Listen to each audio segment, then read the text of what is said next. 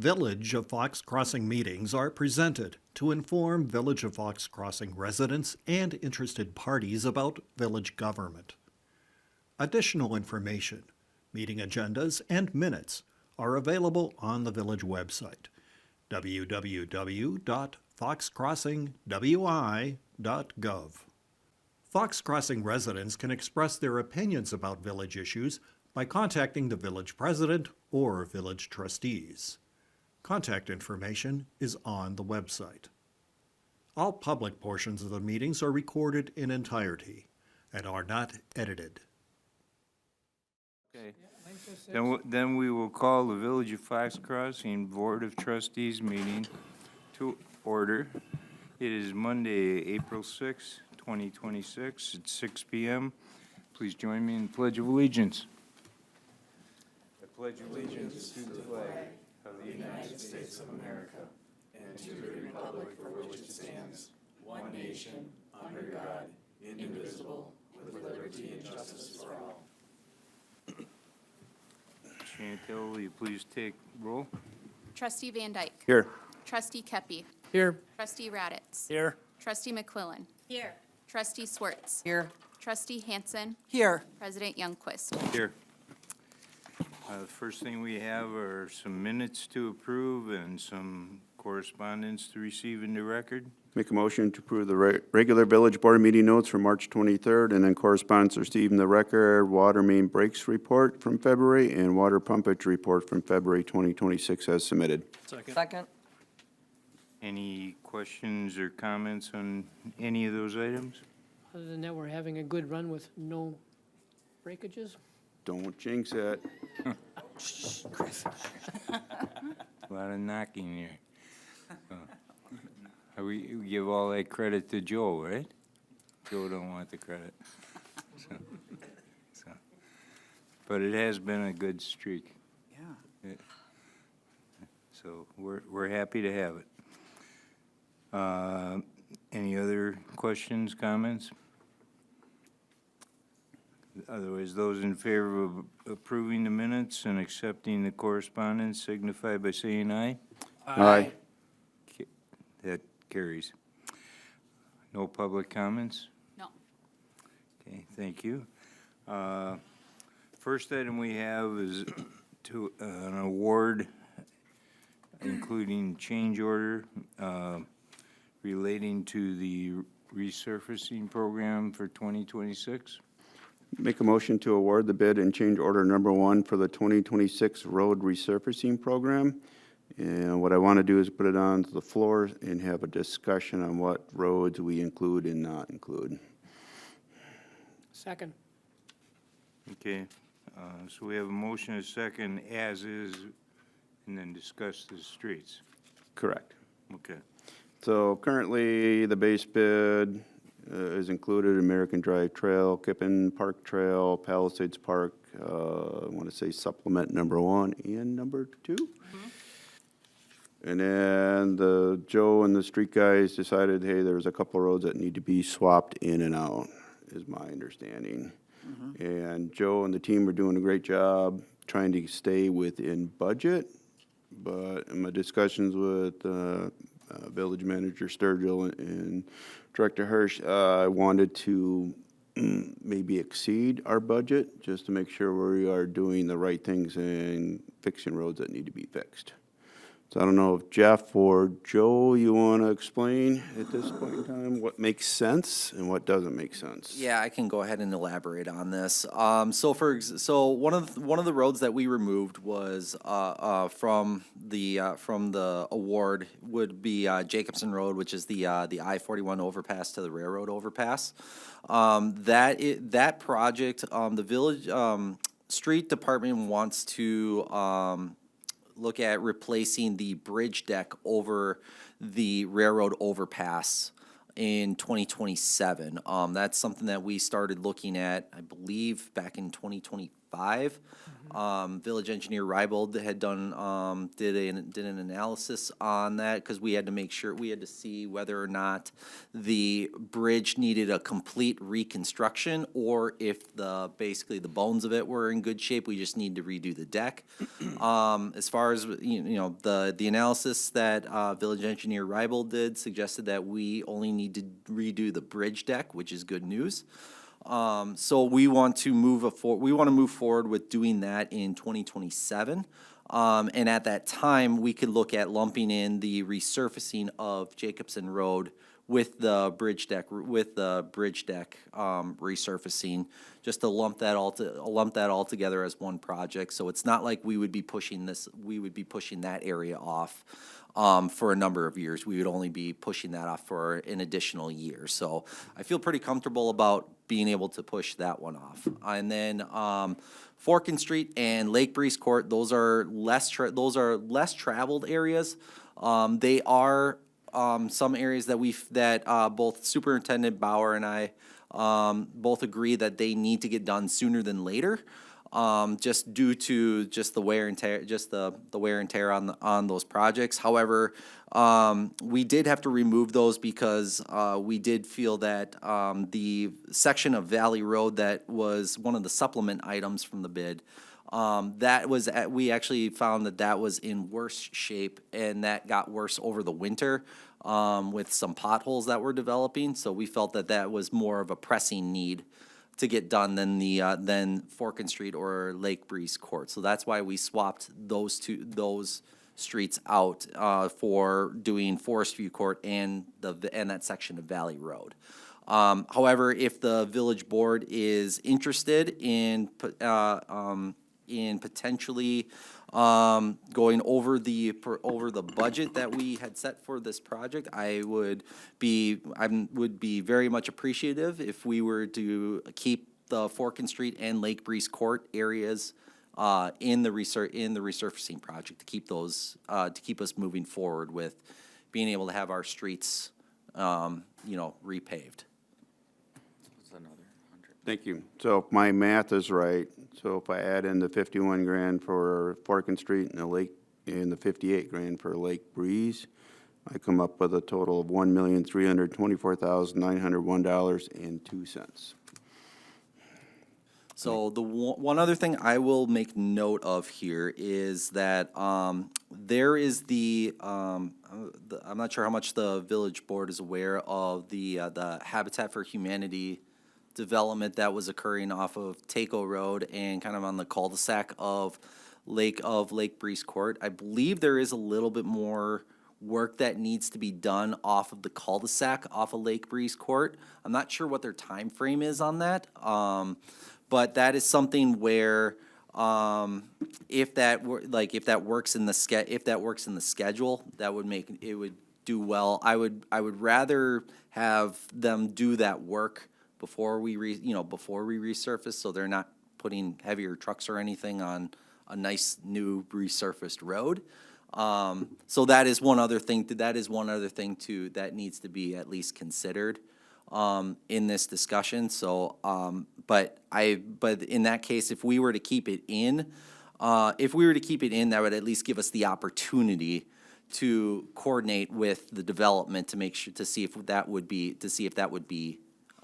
still feasible to get done yet this year. So I would look at the Forkin Street and the Lake Breeze Court areas as, if you were to approve moving forward with those, that would at least give us the opportunity to have those potentially added into our schedule for this year. If we, have you had any discussion with Habitat? I have not recently, no. So I don't know what their schedule is there. We got other things pending with Habitat, that if they want to move forward with other development, we can be sure that they do this project. I mean, all they do is pay for it. They're not doing any work. Yeah, They don't do roads. No, they won't, no, and this is not something that we would charge Habitat for Humanity for. That's an existing street, and we don't assess property owners for doing the resurfacing work for Okay, so it's just something on, you didn't say Forkin, where'd you say? Lake Breeze, this would be on Lake Breeze Court. This would be in the cul-de-sac of Lake Breeze Court. Okay, it just has to be redone? Yes. Or- Yep, this is just part of our local resurfacing program. So So it'll we, be a matter of you coordinating with them though and just saying, hey, we need to have this done. yes, we would like to get this done, but we need to make sure that, but we want to make sure that you guys are doing the work that you need to do first, so that you're not you putting heavier trucks or, heavy construction trucks or anything on a brand new, nice resurfaced street, because that adds stress on, Okay, so that'll are add they stress on the building a street. couple of units I believe so. at that end? Or I believe so, yes. Okay. Mr. President, I've got some information on that. It's probably gonna be a while before that happens. They're not sure what method they're gonna utilize for that. They've talked about a condominium development there. There is only one lot, because that's what's remaining. So I don't think it's gonna happen in the near future. Yeah, and I would, Not approached us yet. in that case, I would say if it's gonna be more than a year, if it'd be more than a year, before they would get there, then I would be comfortable with doing the resurfacing work first. Mr. President? Yes. I also had a conversation with Director Hakes, and moving the Jacobson Road project to next year made sense, because now we're not tying up that stretch of road 2 years in a row. So it kind of made sense to move that to next year. But I do agree that taking care of these other two roads, Forkin and Lake Breeze, makes sense. It's not that large amount of money, and just makes sense to get it done. Obviously, the roads need repair, otherwise they wouldn't have been included in the conversation to begin with, so I would be all for just getting it done. Okay, so then you want to recap the motion? Yeah. At the What- board? I have a question. Oh, I'm sorry. You know, you do those roads and you number them. Those condos aren't that old, so how long has that road been in? It's been, I honestly am not sure, like, the age of, the overall age of the road. That I couldn't tell you off the top of my head. I don't know the exact number. It's been in a number of years already, so I think Less than 10? I'd say it's more than 10. Okay. And I know it's a dead end. Yeah, it is a lower, it would be a lower traveled road, yes, but. Okay. The other concern would be is if we push it off for another year or so, the costs are more than likely going to go up. Nothing ever gets cheaper as we go forward. So, Mr. President, to revise my motion, so include the base bid, American Drive Trail, Kippanen Park Trail, Palisades Park, Supplement 1, Supplement 2, add back in Forkin Street and Lake Breeze Court for a total of $1,324,901.02 to MCC out of Appleton, Wisconsin, as submitted. Second. Not sure, well, I think, I apologize. Yeah, unless my math is wrong. Yeah, well, I think you went the other way. So Forkin and Lake Breeze are already included in the base bid. So you're adding it in again. So what really needs to happen is you're subtracting out Jacobson Road. And that's all. So it should come off. Lee, am I correct? I will make sure I'm not saying something wrong. Because I got 1.122318.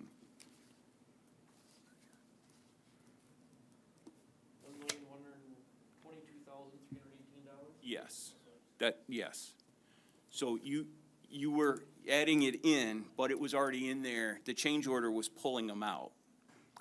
So, But don't I want to put them back in?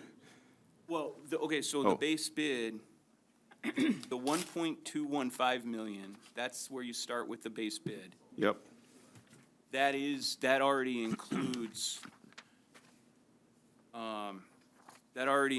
Forkin and Lake Breeze in there. So you want to leave them in there. Correct. And then you want to pull out Jacobson. The 93. For 93, 390. Am I, right, am I saying that correctly? Okay. Jeremy, do you agree? Trying to do the math as fast as I can. I just heard about this. We so all are, unfortunately. You'll have to forgive me. So then what do you got for a new amount, Jeff? $1,122,318. So I guess the way I'm looking at it is. And that's what I came up with as well. Yeah, the 1.215 million from MCC, that's all in. That's all roads. That's the high point. And then you would then, instead of pulling out the 3 roads, you're only pulling out the 1 road for change order number 1. Okay.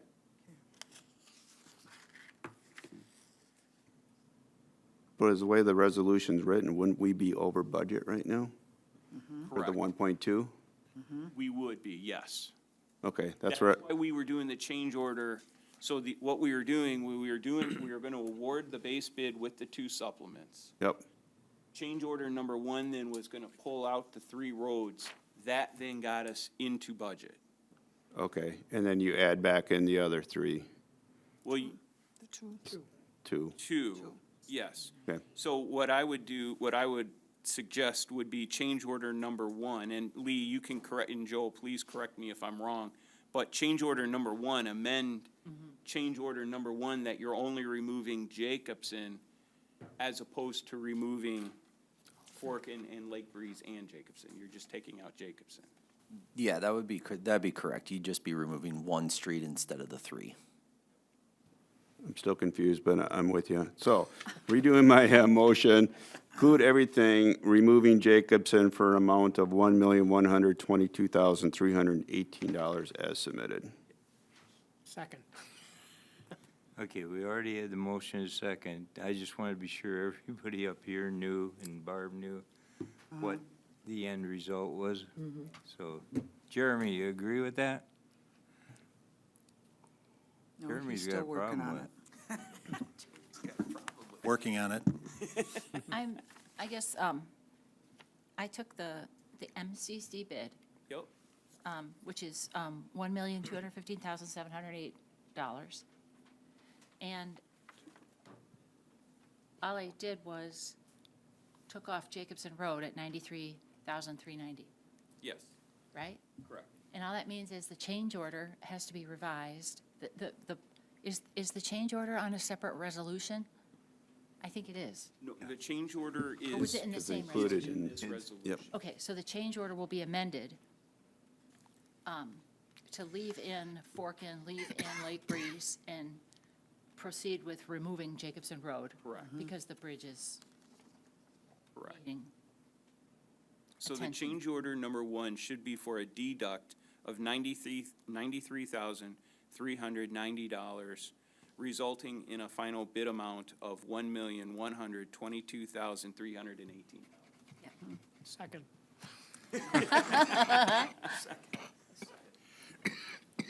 And Lee, please, you and Joe, make sure No, yeah, I checked those. We're good.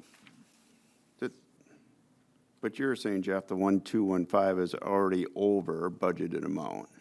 yes. Okay, we're still over budget, just so everybody knows. Yes, But you're we're not going to do anything about a budget amendment at this time. correct. Okay. Correct. We'll have to come back with Jeremy, once we review everything and take a look and see what we want to do to correct it. It's going to be roughly over $109,000. Because, we were really close, when we had the 3 roads removed. So now by leaving the 2 in, Forkin and Lake Breeze, we will be approximately $109,000 over on the road resurfacing program. Jeremy and I will have to go back and look at this and determine how we want to handle this. Do we need to do a budget amendment before we actually know the final cost? We can wait. Yeah. I mean, we can, but we'll work it. We'll come back with you, to you guys with a suggestion. I would say as long as you're all aware that it's going to be over budget and either something else will need to get cut or a budget amendment will need to be approved, And since a budget amendment needs the majority, as long as the majority of you are on board with all of this, I would say it's probably okay to go forward. But just have that understanding that either we need to cut something else or another budget amendment will have to be done. And if everybody's going to favor the budget amendment, then it's really, and this would be offset with borrowing. So basically, if you're saying unless we cut something, if we're just going to increase spending, the offset would be borrowing. So Okay. that would be the knowledge you'd want to have going into the vote. Borrowing, or would you take it from unrestricted? Or you could choose to use fund balance, yes, that would be another option. I would have to see what the dent would be to the percentage, but yeah. I think we're still pretty high, right? Based on the predicted actuals from Yeah. last year, yes, we will be closer to 30 than we will be to 25%. So where you're thinking is probably accurate. We'll be closer to what, 25%? 30%. The budget, when we first passed it last November, had us coming in around 26%. But now we finished 2025, the draft financials are being prepared, and it looks like we'll come in closer to 29% than 25. So I'm just saying that there would be excess than we expected to have available at this point in the year. Okay. Isn't it safe to assume that the budget amount for what our plan was the 974,000? And we're basically agreeing to spend 1.122 million, so the difference is $148,000 that we're over budget. Correct. Gotcha. And in Manager Sturgill's memo, if you recall, he did state that the Schilt Park Yes. actuals came in below budget by, I don't know, 158,000, give or take. So as long as there's no overages there and everything stays within, that would play in and factor into the conversation here as well. Great, thank you. Okay, Jeff, now I agree with your numbers, because I kept scrolling. It was on page 2. We adjusted a contract amount, so, all right. I'm good. Okay. Good. Time to vote. Time to vote. Let's actually have a roll call vote. We're so that we have an overcomplicating this thing way too much. Where we actually stood, rather than just thinking we're 7-0. Trustee Van Dyke. Aye. Trustee Kepi. Aye. Trustee Raditz. Aye. Trustee McQuillan. Aye. Trustee Swerts. Aye. Trustee Hansen. Aye. President Youngquist. Aye. Passed 7-0. Thank you. Okay. Next item is an amendment to our municipal code, and this relates to the, any dwelling that's 5 or more inhabitants, not, well, 5 or more, Units. what do you call Units. Multifamily units, Units. dwellings. it? Dwellings.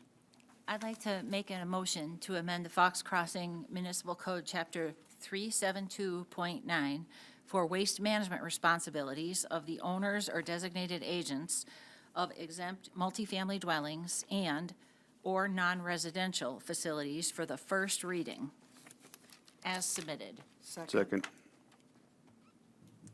Okay, anybody have questions, comments? Who actually put this one together?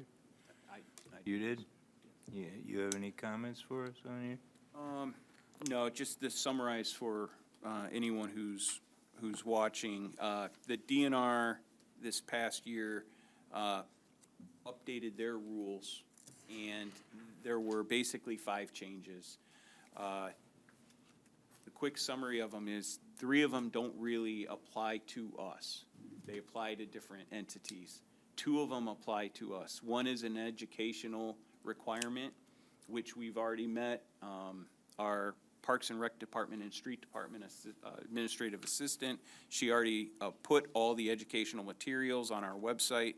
That is the requirement of the DNR. So that has been met. The second one was in regards to the DNR tightened up the rule a little bit, or clarified maybe is a better way to say it, for multifamily and non-residential properties, the recycling collection efforts.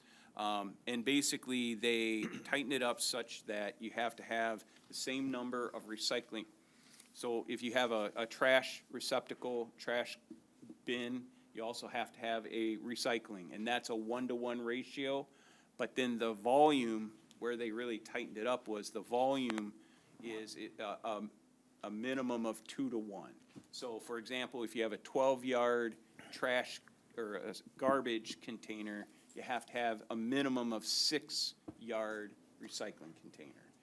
That was really the main change there, and that's for the multifamily. And then for non-residential, they just simply said, because there's so many different varieties and ways in which businesses and residential properties produce waste, they basically said you can't have recycling bins overflowing before the next collection time. That, they went real generic on that.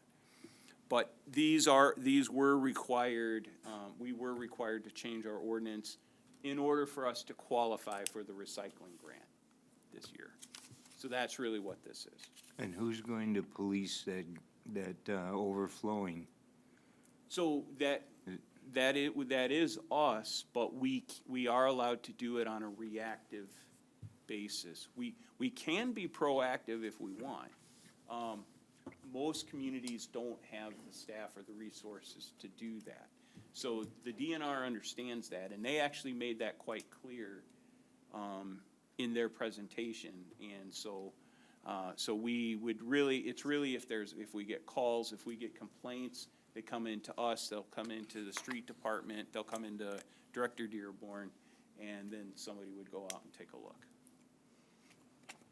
And we have substantial enough fines that it'll be worth going after them if? Well, yeah, you would go after them, and then at that point, it's the judge decides, you know. So our court handles that? Yeah, that would be a municipal fine. Okay. Okay. Anybody else have questions? This is really just first reading, right?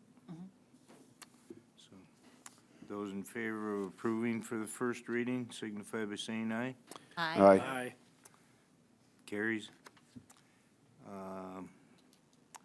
Next item is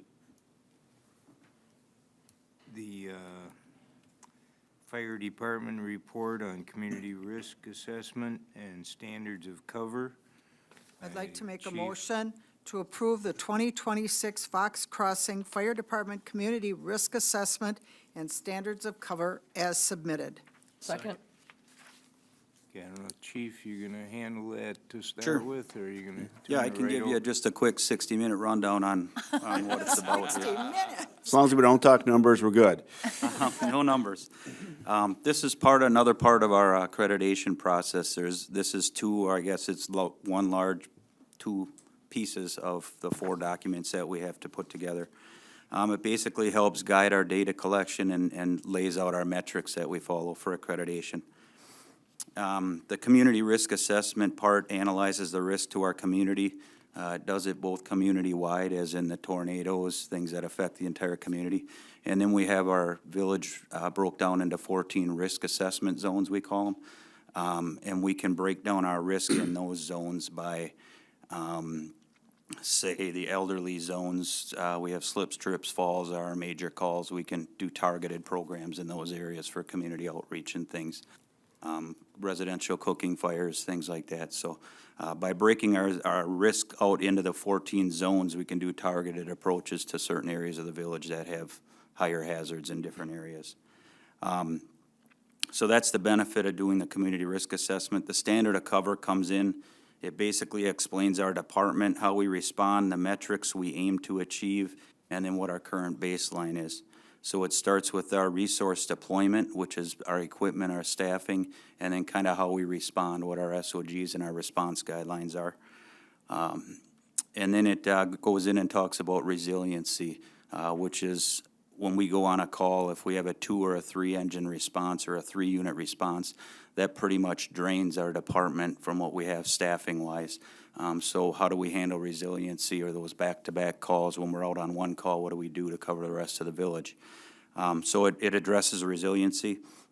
And then we get into our critical tasking in there, which is we take the different incident types that we run on and we determine what resources we need or how many people we need to assemble to mitigate that situation, and then how long it takes us to get that amount of resources on the scene. And then it lays out our baseline performance, which is basically where we're at right now for our different types of hazards. And then we set our benchmarks based on that are achievable, that we think we can hit or shoot for. And then there's some recommendations in there that'll help us get closer or be successful in those recommendations. So it's basically more information. The strategic plan was all about initiatives and goals. This is more laying out information and how we plan to achieve those. So if you have any questions, Lieutenant Brown, we wrote this 5 years ago at our last accreditation. It was pretty new, so Lieutenant Brown and I, our accreditation manager here, and I wrote it 5 years ago. And then this time around, Lieutenant Brown updated it. I touched it at the end a little bit, but I was doing a strategic plan while he was doing this, and Chief Bordeaux was doing the fourth document. So this is Lieutenant Brown's baby for the most part there. So if we were not to get accreditation this time, whose fault would that be, Lieutenant Brown? That's going to be Chief Callen's. We will get accredited. So, no, it's you did an excellent job on that. I mean, there's so much information. It's one of those reports that if you, it's like tax returns to a lot of people. You know, people used to tell me that. I used to be an accountant, and people tell me, you know, you could sit and read a tax return, it will help you fall asleep. You know, that stuff, it's interesting, but I can only stick with it for 30 pages, 40 pages at a time, and start saying, oh my God, I gotta reread that, because I didn't understand that one. But you guys did a great job. So I don't know if anybody else wants to make any comments on that package, but there was a lot of information.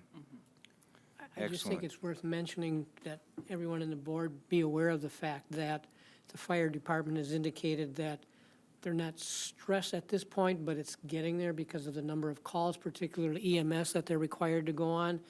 And as we continue to grow with more multifamily and the CBRFs, that will increase. So at some point, as a board, as a community, we're going to have to address that issue, which more than likely will mean staffing. Correct, and that's in our strategic plan for later this year to look at it, and then we'll have some more information from you. We're pushing 1710 and 1720, which is NFPA's response standard, so we're pushing it right now, so. But we'll do some more looking at it later this year. Okay. Anybody else have any comments? Okay,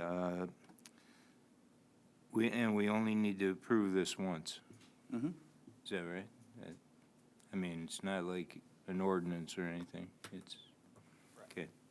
Okay, then those who, in favor of approving the 2026 Community Risk Assessment and Standards of Cover for the fire department, signify by saying aye.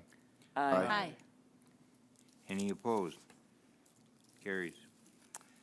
Then we have a couple items that carried over from first readings a couple weeks ago. The first one is an amendment to Chapter 270, relates to the massage and reflexology institutions. Make a motion to amend Fox Crossing Municipal Code, Chapter 270, massage and reflexology. This is for second reading and adoption as submitted. Second.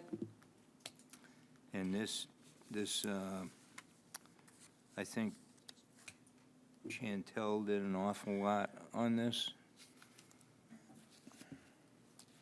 I will say it started with Clerk Salinas first. She's kind of initiated it, and then I Okay, well, finished you it can up with give the it- help of Attorney Ross Meisel and Chief Callen. Okay, well, And Jeff. we appreciate our attorney's help, but you did a great job here. Whenever we have things that have, you know, the new section, like the item we approved a couple items ago, you just, you know, you can look at it and you got 2 pages of old and half a page of new, and you say, oh, it's not too overwhelming. Here you got, you know, 13 pages of new and a half page of old, and it's like, oh my God, I must have read that 6, 7 times, and misspelled something in the first sentence, that's why. I did see that. I was still awake then. I do have one question, Mr. President. Sure. I just had a question, like the application of our ordinances. So we increase the fines if you violate the ordinance, and we put the fine if you don't have the permit. So that's all very clear.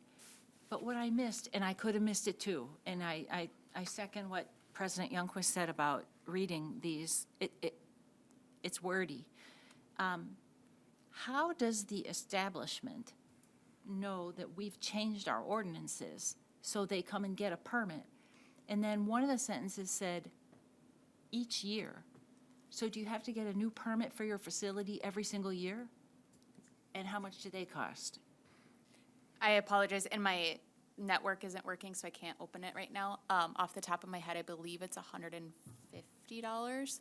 And there's a renewal every year, so it's on the same term as like our alcohol and tobacco licensing. They're all in the same term. Oh, so they'll have a letter, Yes, and then revisions will be shown to them? yes. Okay. I always, if there's any changes, I'll mention that in the letter, and then also put a copy of the new ordinance or the. Oh, approved great. ordinance in there. Thank you. Any other questions on any of what's in here, or do you want to lead us to anything that's in here that we might have missed? Okay, well, I think you did a fabulous job. Thank you. And any assistance provided by Attorney Rossmeisel and whoever else you gave credit to, including our previous clerk, we appreciate it. Those in favor of approving this item for second reading and adoption signify by saying aye. Aye. That carries. Then we have an amendment to the related fines and penalties. Make a motion to amend Fox Crossing Municipal Code, Chapter A 450, fines and penalties. Again, second reading and adoption as submitted. Second. And once again, there were no changes from the last time we saw it, so. Those in favor of approving the fines and penalty amendment signify by saying aye. Aye. That carries. Then we have a couple operator license applicants. Make a motion to approve the 2 operator license applicants. This is a period from July 1st, 2024 to June 30, 2026 as submitted. Second. Those in favor of approving them signify by saying aye. Aye. Aye. That carries. Then we have expenditures. Make a motion that the Village of Fox Crossing Board of Trustees hereby authorize the above expenditures to be paid by the Finance Department with the exception of none in the amount of $1,626,369.78. Second. Bless you.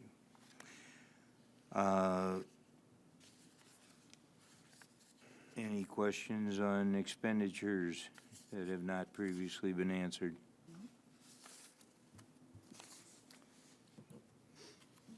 I actually had one. I just wanted to know what LC settlement stood for. Was that, I thought I had it figured out once, and then Lottery credit. that's what it is. Yep. So the lottery credit for the tax bills, the village received the money from the state in March, and then we settle with the different jurisdictions in April. Yes, Okay. that was a settlement, So yeah. that was that 713,000 figure, okay. Thank you, Jeremy.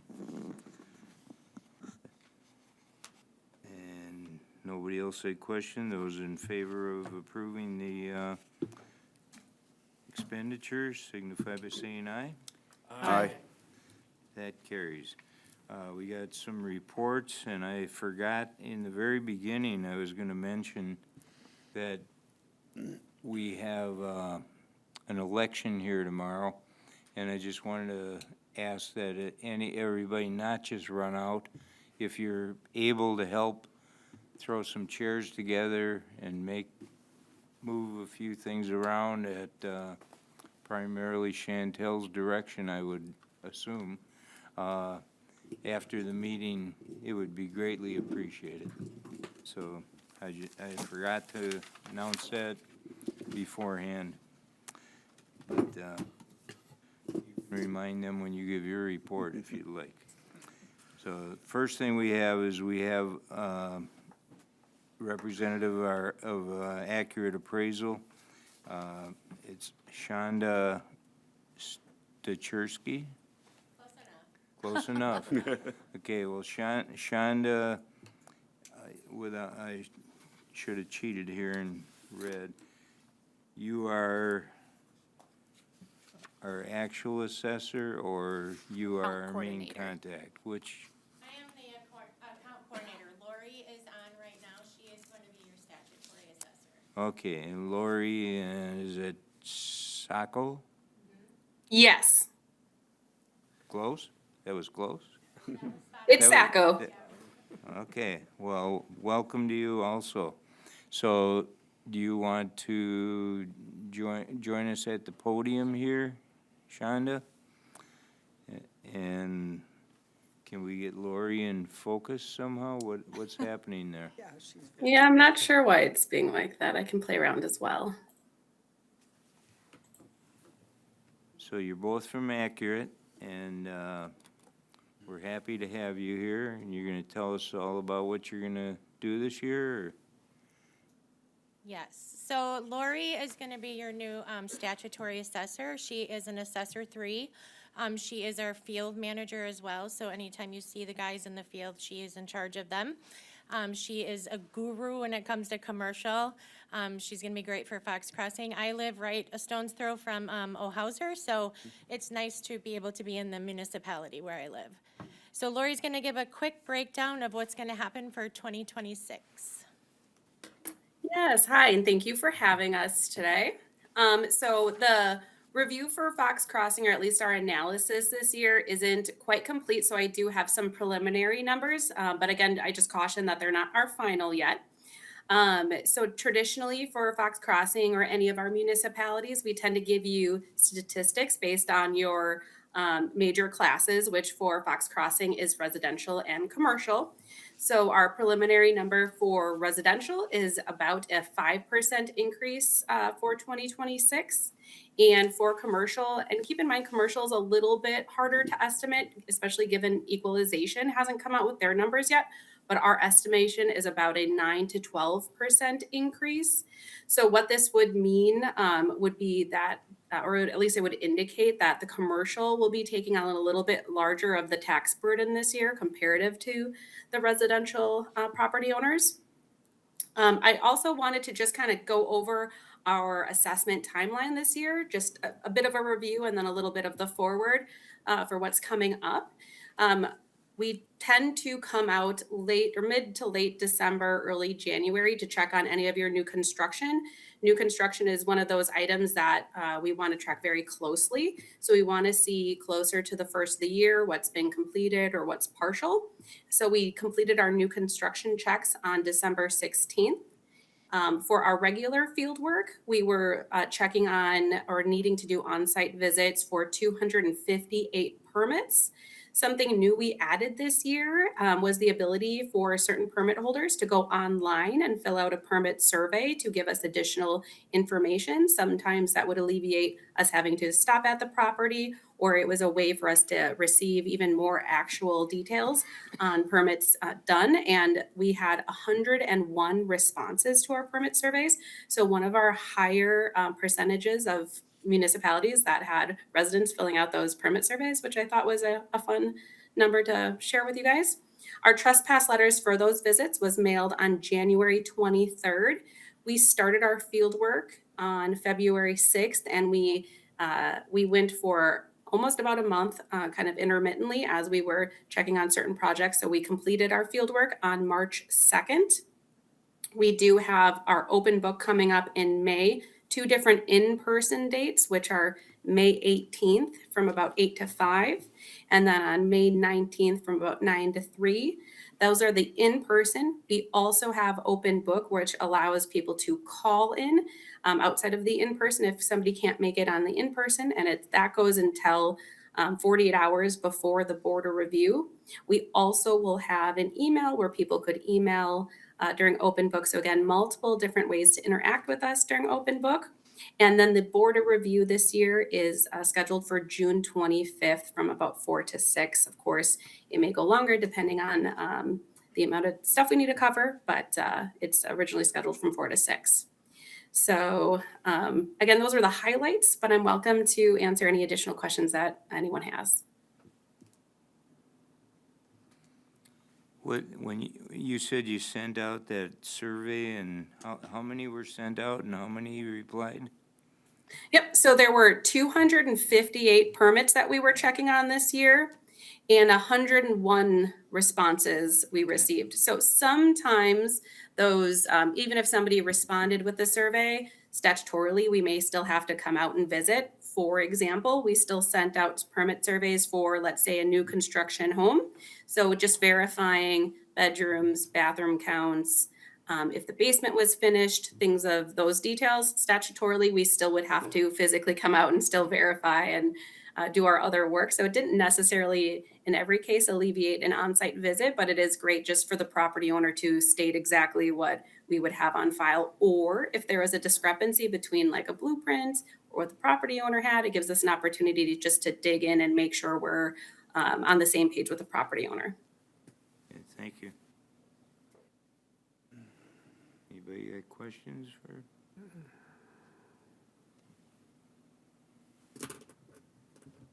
Okay, no questions? Good. Thank you. Thanks. We're a very content group. Thank you. Thank you for Wonderful. joining us tonight. Thank you for having us. Okay, then, moving to the next report, it'll be a little repetitive because Lori just touched on a couple of those dates. I will repeat them, just so people have another chance to hear them. It all relates to the assessment process. Open book is scheduled in person here at it'll be held in this room in all likelihood, right? So in the Arden Twos Assembly Room here at Village Hall on Monday, May 18th from 8 to 12, and then again from 1 to 5, and then on Tuesday, May 19th from 9 to 3. Then Board of Review for 2026 will be held on Thursday, June 25th, for a minimum of 4 to 6 p.m. And again, that'll be here in the Arden Twos Assembly Room. And that 4 to 6 is the minimum time that we will be in session, so probably be a little longer, typically. So the next report is Trustee Kepi, please, on the recycling. Yeah, thank you, Mr. President. The Sustainability Committee will be having their spring electronic recycling event on April 18th. It's a Saturday coming up. It will be held here in the municipal building in the garage. Once again, thank you to the street department for helping set that up. It makes a big difference for us to do this indoors versus having to do it outdoors. All the information is posted on the website in terms of costs. Some of the items are free, some items there is a cost to recycle, so that information is available on the website. And it is posted as people drive into the municipal garage, so in just case they miss that, it's right there for them to see again. The one thing that we cannot take is anything related to thermometers, fire alarms, smoke alarms, et cetera, because of potential radiation and mercury issues. But otherwise, we're pretty good. We can take a lot of different things in there. So that'll be coming up here on April 18th, and if anybody wants to come and help out with unloading some of the vehicles, they're more than welcome. Thank you, Chris.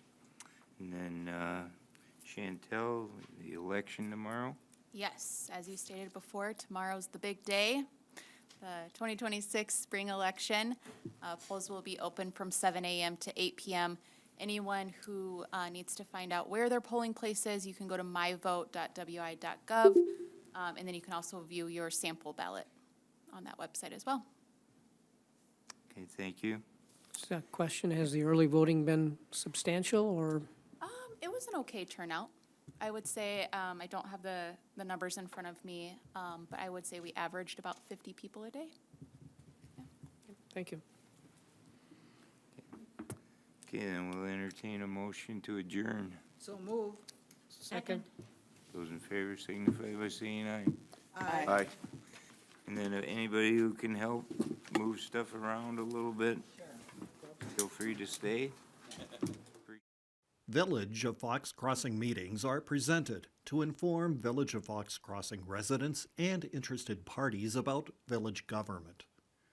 Additional information, meeting agendas, and minutes are available on the village website, www.foxcrossingwi.gov. Fox Crossing residents can express their opinions about village issues by contacting the village president or village trustees. Contact information is on the website. All public portions of the meetings are recorded in entirety and are not edited.